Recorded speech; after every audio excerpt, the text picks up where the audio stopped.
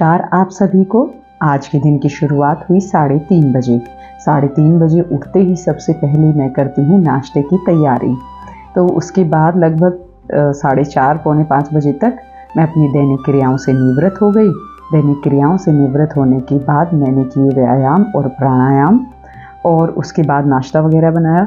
लेकिन अब मैंने व्यायाम और प्राणायाम के लिए वो वीडियो रिकॉर्डिंग करना बंद कर दिया है, क्योंकि ना ही उसमें एज सच व्यूज़ आ रहे थे और साथ ही साथ ना ही मैं वहाँ पर योग या कोई एक्सरसाइज सिखा रही थी। मैं जनरली वहाँ पर मैंने श्रीमद् भागवत गीता में क्या पढ़ा वो ही डिस्कस करती थी। तो मैंने सोचा कि क्यों ना मैं सिर्फ जो श्रीमद् भागवत गीता में पढ़ती हूँ वो ही डिस्कस करूँ। इससे थोड़ा सा टाइम भी बच जाएगा मेरा और साथ ही साथ मैं अल्टरनेटिव डे पर भी पोस्ट कर पाऊँगी। तो चलिए अब हम डिस्कस कर लेते हैं कि आज मैंने श्रीमद् भागवत गीता में क्या पढ़ा। आज मैंने शुरुआत की श्रीमद् भागवत गीता 3 अध्याय के 32वें श्लोक से। 32वें श्लोक को जानने से पहले हमें 30वां और 31वां श्लोक जानना पड़ेगा। 30वें श्लोक में भगवान कहते हैं, हे अर्जुन, तुम संपूर्ण कर्मों को मुझे समर्पित कर दो। संताप रहित और कामना रहित होकर तुम कर्तव्य रूपी कर्म करो, है ना। अब 31वें श्लोक में भगवान ने कहा था कि भाई जो मेरा मत मैंने दिया है, जो इसका पालन करता है उसका अवश्य ही उद्धार हो जाता है। 32वें श्लोक में भगवान कहते हैं, लेकिन जो इस मत में, कौन से मत में, जो भगवान ने अभी 30वें श्लोक में कहा, इसमें दोष दृष्टि रखते हैं, तुम उन्हें नष्ट हुए ही समझो। वो संसार के ज्ञान पर कितना भी यहाँ पर ज्ञान प्राप्त कर लें, लेकिन ऐसे मनुष्य जो इस मत के अगेंस्ट जाएंगे, इस मत पर नहीं चलेंगे, उनका उद्धार नहीं हो सकता।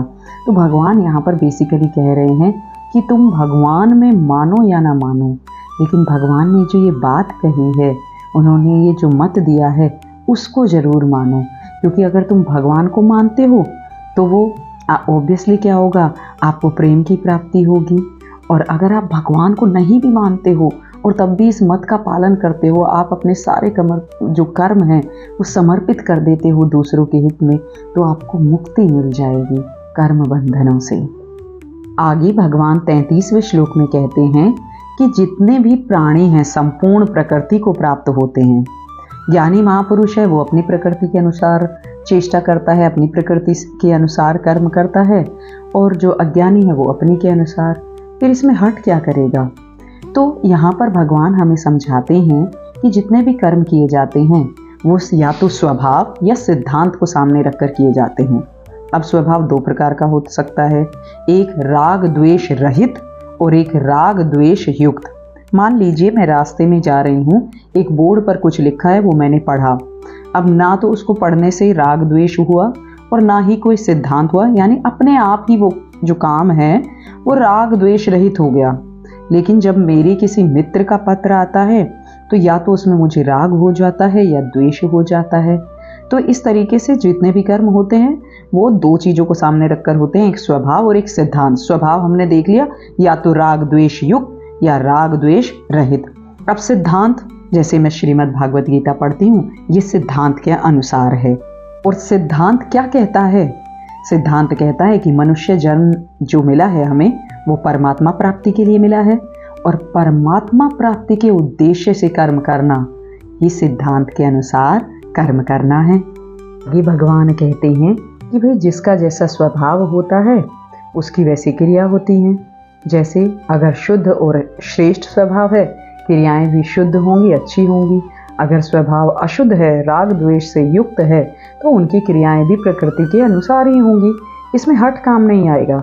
जैसे जो अर्जुन है वो हठ पूर्वक युद्ध रूपी कर्तव्य कर्म का त्याग करना चाहते हैं, तो भगवान उनको कहते हैं कि तेरा स्वभाव तुझे बलपूर्वक युद्ध में लगा देगा, क्योंकि तेरा स्वभाव जो है, तेरे स्वभाव में क्षत्रिय कर्म करने का प्रवाह है। इसीलिए तुम स्वाभाविक रूप से कर्मों से बंधे हुए हो और फिर तुम बाद में परवश होकर युद्ध करोगे। इसमें तेरा हट काम नहीं आएगा। भगवान यहाँ पर कहते हैं कि हम सभी अपने स्वभाव के अनुसार कर्म करते हैं। शुद्ध स्वभाव शुद्ध कर्म, अशुद्ध स्वभाव अशुद्ध कर्म। तो हमारा जो स्वभाव है वो कैसे डिसाइड होता है? पीछे और वर्तमान जन्म के संस्कार, माता पिता के संस्कार, किसके साथ हम रहते हैं, शिक्षा, वातावरण, अध्ययन, उपासना, चिंता, इन सारे जो फैक्टर्स हैं इनको मिलाकर हमारा स्वभाव बनता है।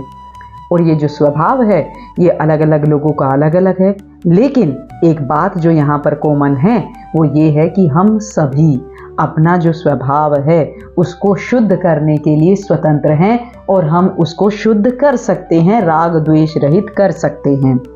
तो उसके लिए हमें करना क्या पड़ेगा? तो भगवान यहाँ पर बताते हैं, यहाँ पर इस जो भगवत गीता है इस टीका में एक उदाहरण देकर कहा गया है कि मान लो एक मोटर है, वो खराब हो गई है, तो उसको सही करने का तरीका क्या है? या तो आप खुद सही कर दो या फिर आप उसको कारखाने में डाल आओ सही होने के लिए। तो अगर हमें भी अपना जो अशुद्ध स्वभाव है उसको शुद्ध करना है तो उसके दो उपाय हैं, राग द्वेष रहित होकर कर्म करो या फिर भगवान को समर्पित हो जाओ, भगवान की शरण में चले जाओ। अब भाई किस तरीके से हम शरण में चले जाएं या किस तरीके से हम ये राग द्वेष रहित होकर कर्म करें? इनको करने का, राग द्वेष रहित होकर कर्म करने का सरल उपाय ये है, जो भी हमें मिला है शरीर पदार्थ आदि उसको अपना ना मानते हुए दूसरों की सेवा में लगा देना और बदले में कुछ ना चाहना। हालांकि कठिन काफ़ी है, क्योंकि अगर हम किसी की सेवा करते हैं तो हमें बदले में मान बड़ाई प्रशंसा तो जरूर ही चाहिए होती है, रिकॉग्निशन चाहिए होता है कि भाई देखो मैं कितनी सेवा कर रही हूँ, तो इसलिए मुझे सम्मान दो। लेकिन ये जो है कठिन तो है, लेकिन अगर हम इस पर चलने की कोशिश करेंगे, चलते रहेंगे, तो हम राग द्वेष रहित हो जाएंगे, इन बंधनों से मुक्त हो जाएंगे।